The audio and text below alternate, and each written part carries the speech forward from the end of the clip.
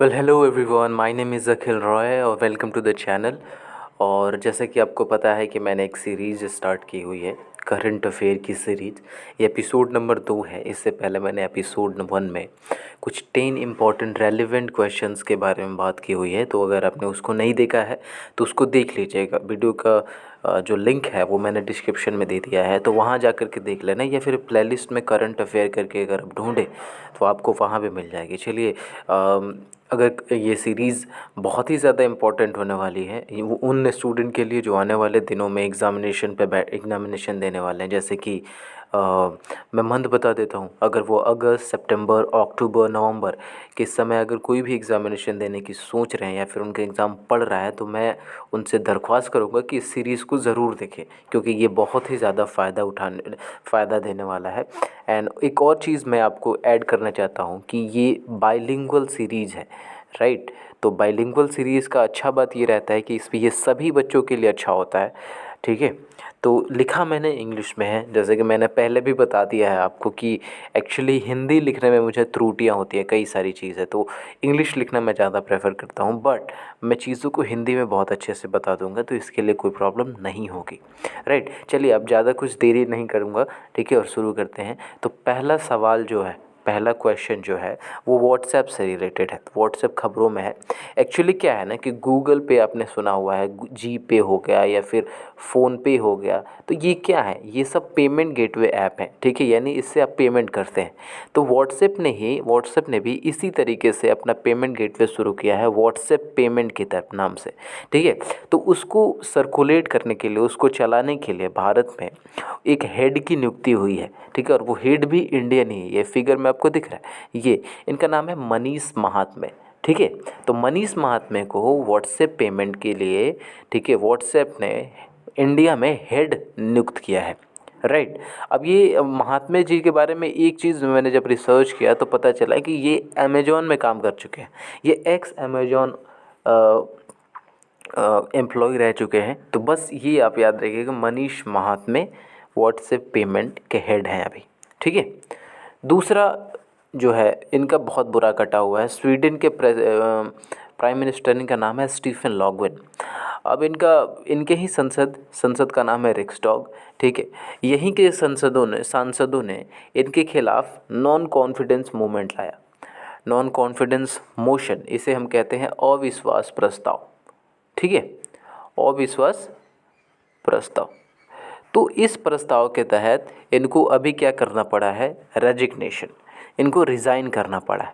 तो आपसे क्वेश्चन पूछा जाएगा कि हाल ही में किस देश के प्रधानमंत्री ने अविश्वास प्रस्ताव के जरिए अपना पद छोड़ा है। तो आपका जवाब होगा स्टीफन लॉगविन। और देश कौन सा है, स्वीडन। देखिए, स्वीडन से कई सारी चीज़ें इंपॉर्टेंट हो जाती हैं, जैसे आपको जानना पड़ेगा। जैसे पहला है पार्लियामेंट हाउस रिक्सडॉग, दूसरा इसका कैपिटल स्टॉकहोम और इसकी करेंसी स्वीडिश कोरोना, राइट।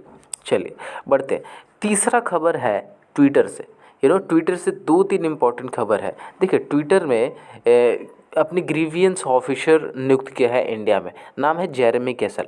अब इससे पहले कि कुछ आगे बढ़ूँ, मैं आपको बता देता हूँ ग्रीवियंस ऑफिसर होते क्या है। देखिए, वैसे ऑफिसर जो इस बात की देख रेख करते हैं कि इस पर्टिकुलर देश में, ठीक है, इस पर्टिकुलर देश में कुछ बुरा पोस्ट तो नहीं किया जा रहा है, कोई ऐसे पोस्ट तो नहीं किया जा रहा है जिससे कोई एक डोमिनेशन या कोई संप्रदाय भड़क जाए, ठीक है, या फिर इसे बंद करने की मांग होने लगे। तो इसी चीज़ की देख रेख करने के लिए जिस ऑफिसर की नियुक्ति होती है उसे हम ग्रीवियंस ऑफिसर कहते हैं, ठीक है। तो ट्विटर ने क्या किया है कि इंडिया में जेरेमी कैसल, ये भाई साहब टोपी वाले दिख रहे हैं, ये जेरेमी कैसल है, इनको ग्रीवियंस ऑफिसर के तौर पे भारत में नियुक्त किया गया है। उसके बाद आपसे बात करता हूँ ट्विटर की। तो ट्विटर की एक बेसिक बैकग्राउंड ये समझ लीजिए कि 21 मार्च 2006 को इसकी स्थापना हुई। इसके हेडक्वार्टर 3 जगहों पे है, San Francisco, California, United State. आपको जानने की कोई ज़रूरत नहीं है, ठीक है। लेकिन हाँ, इसके सीईओ कौन है ये जान लीजिए। इसके सीईओ हैं जैक डॉर्सी, ये वाले भाई साहब जो हैं, ये जैक डॉर्सी इनका नाम है, तो ये ज़रूर याद रखिएगा। तो जेरेमी कैसल, जैक डॉर्सी, ये दोनों याद रखिएगा। बढ़ते हैं अगले खबरों की ओर। खबरों में है एक किताब है बहुत ज़्यादा इंस्पायरिंग, बिकॉज़ ये किताब है ही ऐसी, बिकॉज़ इसमें जिसके बारे में लिखा गया है वो ही बहुत इंस्पायरिंग एथलीट है मेरे तौर से। उनका नाम है दूती चंद, ठीक है। तो दूती चंद के लाइफ पे, ठीक है, एक बुक लिखी गई है, लिखा है किसने? सुदीप मिश्रा ने। अब मैं आपसे बता दूं कि ये दूती चंद है कौन। देखो, इंडिया की पहली होमो एथलीट है ना। होमो एथलीट का मतलब क्या है? होमो का मतलब होता है होमोसेक्सुअल, होमोसेक्सुअलिटी का मतलब होता है समलैंगिकता। ठीक है, तो होमोसेक्सुअल है, ये समलैंगिक है। अब समलैंगिक आपको पता होना चाहिए। ठीक है, तो भारत की पहली समलैंगिक एथलीट है। कहाँ से हैं ये? उड़ीसा से हैं। और जब मैं उड़ीसा की बात करता हूँ तो 3-4 चीज़ें आपको दिमाग में आ जाना चाहिए। पहले, इसके सीएम कौन है? नवीन पटनायक, मेरे नाना की याद दिलाते हैं, बिल्कुल मेरा नाना की तरह दिखते हैं। फिर उसके बाद गवर्नर, गवर्नर है गणेशी लाल। उसके अलावा उड़ीसा से 2-3 इंपॉर्टेंट चीज़ ये भी याद रखिएगा कि देखिए, उड़ीसा में ही है आपका सन टेम्पल। ठीक है, सन टेम्पल। ठीक है, तो सन टेम्पल जो है, सन टेम्पल एक पहला ऐसा मंदिर है, ये पहला मंदिर है जिसको कंप्लीट सोलराइजेशन किया गया है, यानी पूरी तरह से इसकी लाइट की व्यवस्था अब सोलर के जरिए की जाएगी, कोई भी लाइक बिजली नहीं ली जाएगी, पहली चीज़। दूसरा, इससे ब्लैक पैगोडा भी कहते हैं। ठीक है, तो ब्लैक पैगोडा कहते हैं, तो इसलिए ये भी इम्पोर्टेंट है। ठीक है, तो सन टेम्पल को ब्लैक पैगोडा कहते हैं और ये पहला मंदिर है जिसकी सोलराइजेशन हुई है। तो ये बहुत सारी इंपॉर्टेंट चीज़ हैं, याद रखिएगा, राइट। अब चलिए, अब हम बात करते हैं आईबीएम की। अब ये आईबीएम क्या है? हमारे इंडिया में क्या है ना कि इंडिया में जितनी भी सारी चीज़ें टीवी चैनलों पे प्रसारित होती हैं, उसको कंट्रोल और उसकी ग्रीवियंस के लिए एक फाउंडेशन की स्थापना हुई है। ठीक है, उसको हम कहते हैं इंडियन ब्रॉडकास्टिंग फाउंडेशन। ठीक है, ब्रॉडकास्टिंग आपको पता है। ठीक है, तो ब्रॉडकास्टिंग ये सारी तो एक फाउंडेशन है। अब इस फाउंडेशन को क्या किया गया है ना कि इसका नाम में तब्दीली हुई है। क्या है ना, आईबीएम से ये हो गया है आईबीडीएफ।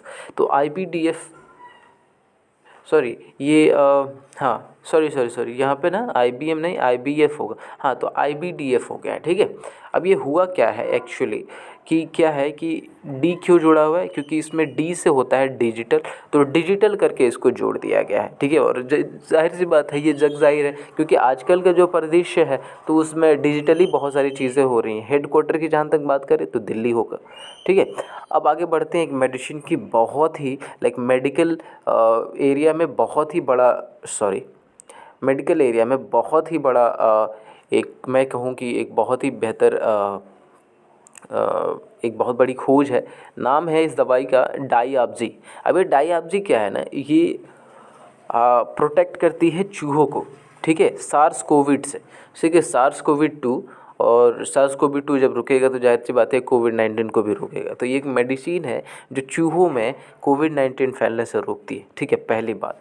अब ये तो दवा हो गई। ठीक है, जानवरों के लिए वैक्सीनेशन, ठीक है, वैक्सीन किसने बनाई है? रसिया ने। ठीक है, कोविड-19 के लिए। तो 2 इम्पोर्टेंट बात। ठीक है, ये आप याद रखेंगे। चलिए, बढ़ते हैं अगले प्रश्न की ओर। ये मेरा फेवरेट सेक्शन होता है, जब भी वर्ल्ड अफेयर और जब भी किसी इंटरनल सिक्योरिटी की बात होती है तो मेरा फेवरेट हो जाता है, राइट। तो ये है रॉ, और रॉ क्या है? ठीक है, एक खुफिया एजेंसी है।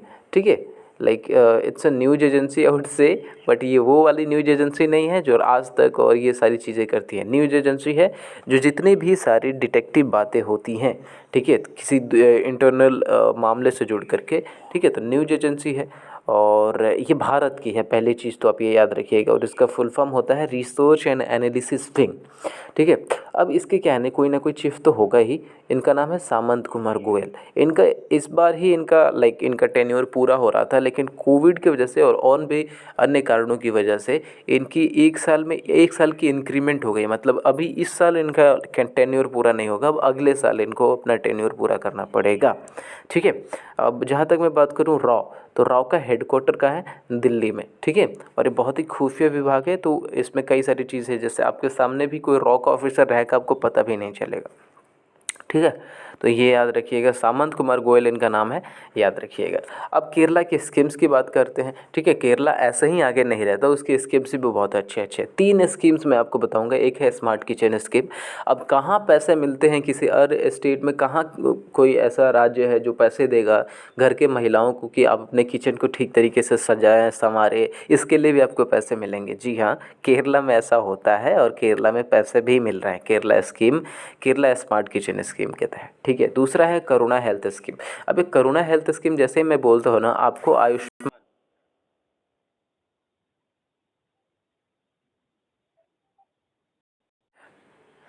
करुणा हेल्थ स्कीम जो है, इसमें हम बात करते हैं, ये कम्प्लीटली आयुष्मान भारत की तरह है।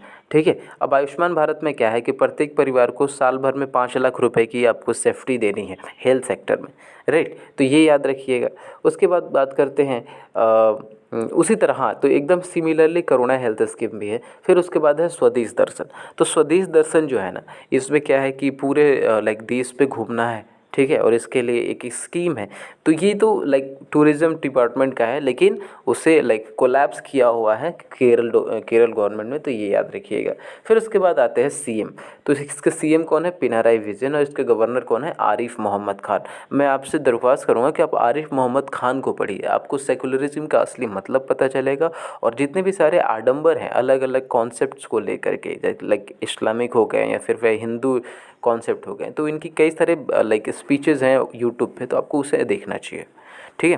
बढ़ते हैं अगले और अगला है मध्य प्रदेश के पार्क्स। एक पार्क बहुत ही ज़्यादा इंपॉर्टेंट रहा है आजकल, ठीक है। उस पार्क का नाम है कूनू नेशनल पार्क। एक्चुअली हुआ क्या है ना कि 1952 में चीता हमारे देश से ख़त्म हो गए, ठीक है। फिर उसके बाद कोई पहल हुई नहीं चीता वापस लाने की, लेकिन अब 2020 जब ये हो गया है तो एक बार फिर से चीताओं को वापस लाया जा रहा है, ठीक है। यानी चीता तो ख़त्म हो गए थे यहाँ, तो फिर साउथ अफ्रीका से ऐसी पहल की गई है कि लाइक अब हम चीता ले आएंगे अपने यहाँ। तो 2021 में, ठीक है, यही कूनू नेशनल पार्क में चीताओं की फिर से वापसी हो रही है। जैसे यहाँ देखिए लिखा है वेलकम बैक इंडिया कूनू नेशनल पार्क, ठीक है। ये चीता केस पहले, ठीक है, चीता की फिगर है, ठीक है। कुछ और नेशनल पार्क का नाम याद रखिए, कान्हा, बांधवगढ़, पेंच, पन्ना, माधव, ठीक है। अब ये बांधवगढ़ जो है ना, बांधवगढ़ बहुत इंपॉर्टेंट है क्योंकि यहाँ हॉट एयर बलून की स्थापना हुई है। अब ये हॉट एयर बलून क्या है? एक्चुअली क्या है ना, एक बलून की तरह होता है, आपने फिल्म में भी देखा होगा, गर्म हवा भर दी जाती है और फिर उसके बाद उसको उड़ाया जाता है। तो एक्चुअली बांधवगढ़ जो नेशनल पार्क है ना, इसमें हॉट एयर बलून की स्थापना हुई है। और एक्चुअली इससे होगा क्या कि इससे जो भी टूरिस्ट होंगे ना, उनको उस पर उड़ करके ऊपर से बांधवगढ़ के जितने भी सारे, ऊपर से नहीं होता, एरियल व्यू ले सकेंगे। उसके बाद सीएम की जहाँ तक बात करें तो शिवराज सिंह चौहान है। गवर्नर कौन है? आनंदीबेन पटेल। आई होप आप इन्जॉय कर रहे हैं और इसमें कोई ऐसी चीज़ नहीं है जिससे मैं हिंदी इंग्लिश में बोलने की कोशिश कर रहा, ठीक है, आपके सहूलियत के लिए। अब ये है बायोडाइवर्सिटी। एक्चुअली बायोडाइवर्सिटी को हिंदी में कहते हैं जैव विविधता, ठीक है, इसको कहते हैं जैव विविधता दिवस, ठीक है। तो जैव विविधता दिवस जो है ना, यूनाइटेड नेशन ऑर्गेनाइजेशन इसको मनाता है और तारीख होती है 22 मई, हर साल ये मनाता है। इस बार का थीम तो जो था, we are the part of the solution, ठीक है। हम ही क्या है कि किसी भी समस्या का जो हल है उसके हम पार्ट हैं, ठीक है, यानी किसी भी हल का हम लोग पार्ट हैं, ठीक है, यही इसका हिंदी होगा, ठीक है। तो ये बायोडाइवर्सिटी के बारे में हो गई। और ये आपका ख़त्म हो गया, लाइक आपका सेशन ख़त्म होता है। सेशन ख़त्म होने पे आपको बहुत बहुत बधाई।